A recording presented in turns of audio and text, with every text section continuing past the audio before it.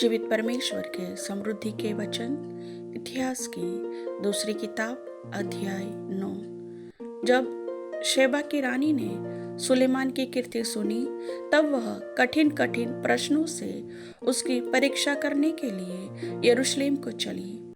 वह बहुत भारी दल और मसालों और बहुत सोने और मणि से लदे ऊंट साथ लिए हुए आई और सुलेमान के पास पहुंचकर उससे अपने मन की सब बातों के विषय बातें की। सुलेमान ने उसके सब प्रश्नों का उत्तर दिया। कोई बात सुलेमान की बुद्धि से ऐसी बाहर न रही कि वह उसे न बता सके। जब शेबा की रानी ने सुलेमान की बुद्धिमानी और उसका बनाया हुआ भवन और उसकी मेज पर का भोजन देखा और उसके कर्मचारी किस रीति बैठते और उसके टहलुए किस रीति खड़े रहते और कैसे कैसे कपड़े पहने रहते हैं और उसके पिलाने वाले कैसे हैं और वे कैसे कपड़े पहने हैं और वह कैसी चढ़ाई है जिससे वह यहोवा के भवन को जाया करता है। जब उसने यह सब देखा तब वह चकित हो गई। तब उसने राजा से कहा, मैंने तेरे कामों और बुद्धिमानी की जो कीर्ति अपने देश में सुनी वह सच ही है, परंतु जब तक मैंने आप ही आकर अपनी आंखों से यह न देखा तब तक मैंने उन पर विश्वास न किया। परंतु तेरी बुद्धि की आधी बढ़ाई भी मुझे न बताई गई थी। तू उस कीर्ति से बढ़कर है जो मैंने सुनी थी।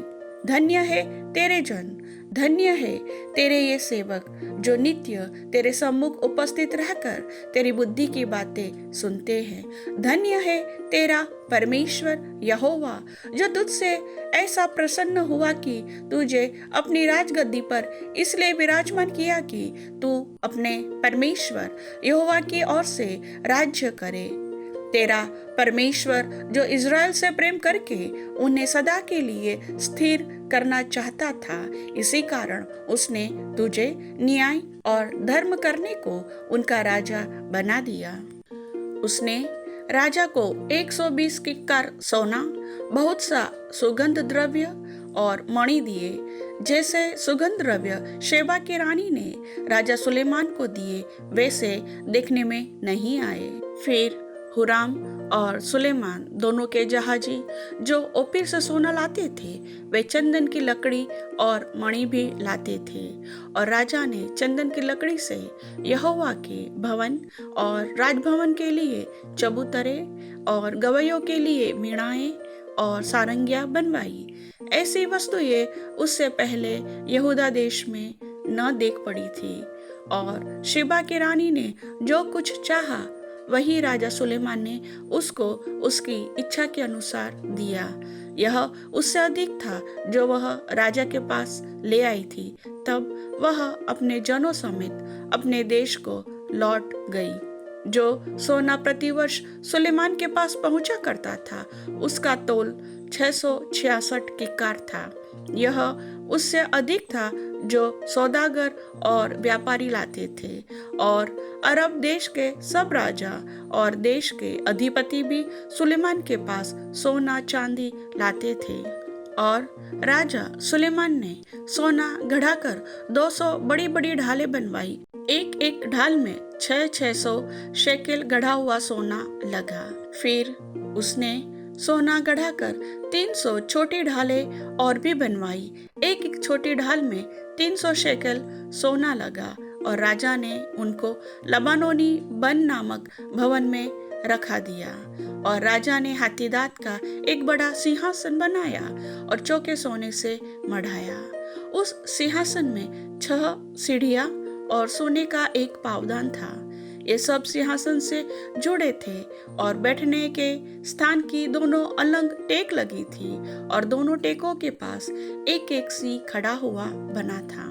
और 6 सीढ़ियों की दोनों अलंग में एक एक सी खड़ा हुआ बना था। वे सब 12 हुए। किसी राज्य में ऐसा कभी न बना। राजा सुलेमान के पीने के सब पात्र सोने के थे और लबानोन का वन नामक महल के सब पात्र भी शुद्ध सोने के थे। सुलेमान के दिनों में चांदी का कोई मूल्य न था, क्योंकि हिराम के जहाजियों के संग राजा के जहाज तर्शीश को जाते थे और 3-3 वर्ष के बाद तर्शीश के ये जहाज सोना, चांदी, हाथीदांत, बंदर और मोर ले आते थे।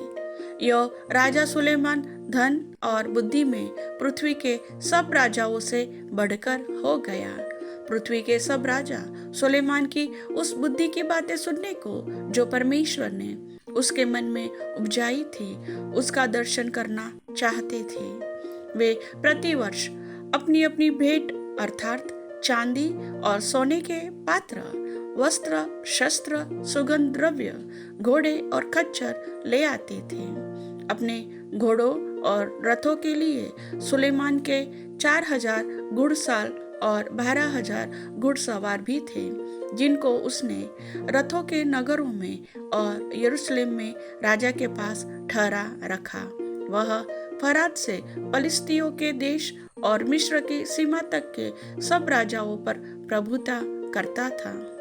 राजा ने ऐसा किया कि बहुतायत के कारण यरूशलेम में चांदी का मूल्य पत्थरों का सा और देवदार का मूल्य नीचे के देश के गुल्लरों का सा हो गया। लोग मिस्र से और अन्य सभी देशों से सुलेमान के लिए घोड़े लाते थे। आदि से अंत तक सुलेमान के और सब काम क्या नातान नबी की पुस्तक में और शिलोवासी अहिया की नबूवत की पुस्तक में और नबात के पुत्र यारोबाम के विषय इद्दोदर्शी के दर्शन की पुस्तक में नहीं लिखे हैं? सुलेमान ने यरूशलेम में सारे इज़राइल पर 40 वर्ष तक राज्य किया। फिर सुलेमान अपने पुरखाओं के संग सो गया और उसको उसके पिता दाऊद के नगर में मिट्टी दी गई और उसका पुत्र रहबाम उसके स्थान पर राजा हुआ। प्रभु वचन के सुनने वाले सभी भाई बहनों को आशीष दे। आमीन।